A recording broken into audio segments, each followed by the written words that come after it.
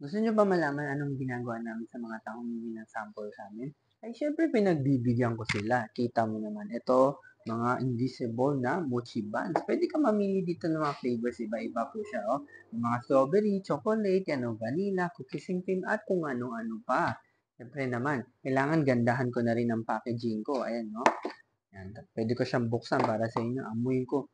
Oh, bango. Kita mo? Ayan, no? Kaya sa mga gustong humingi ng sample dyan, ay pwedeng-pwede. Mag-message lamang kayo or mag-comment lamang kayo sa video. Ngayon, hahanda ko kayo dahil meron akong ipapack na order na humingi ng sample. Siyempre, gagandahan ko na ang lalagayan, di ba? So, ang gagawin natin, bubuksan lang natin to, 4 na piraso, lalagay natin sa isang box. Of course, dapat the best of the best lang. At huwag kakalimutan. Siyempre, kailangan mag-glove, di ba? So, gagawin natin, ilalagay lang natin dito. Ilalagay lang natin dito. Yan, 1, 2, 3, 4. Okay, itabi lang natin dito. Yan, itabi muna natin itong mga to para maihanda natin maayos, di ba?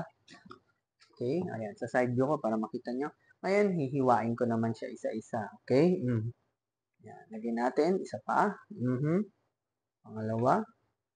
Yan. Kailangan the best of the best, di ba? Kaya sa mga gustong humingi ng sample yan, ay walang problema. Bibigyan ko po kayo.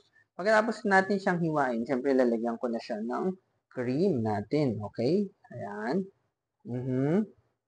Yan. Kita nyo? Ang ganda na na itsura niya. Pero hindi pa tapos yan. So, ang next naman, lalagyan ko na siya ng toppings. Okay? Lipat lang natin yung gloves ko. Ayan. Lalagyan ko siya ng toppings. Ang ibibigay ko dito, yung strawberry namin, yung mango po namin, yan, no? And then, next naman, yung cookies and cream. Yan. Then, lastly, yung napili niya, grapes daw, bibigay niya. Saka sa mga gusto humingi ng sample dyan, mag-message lamang po sa amin dito sa comment. Mag-comment ka lang dito sa video na to at kukontakin kita, okay? So, ito na yung final look ng aming invisible mochi buns. So, diba? Kaya sa mga humingi ng sample dyan, ito ang ibibigay ko sa inyo. At nakamaayos na packaging. Okay? So, tandaan, comment lang kayo at mag-usap tayo.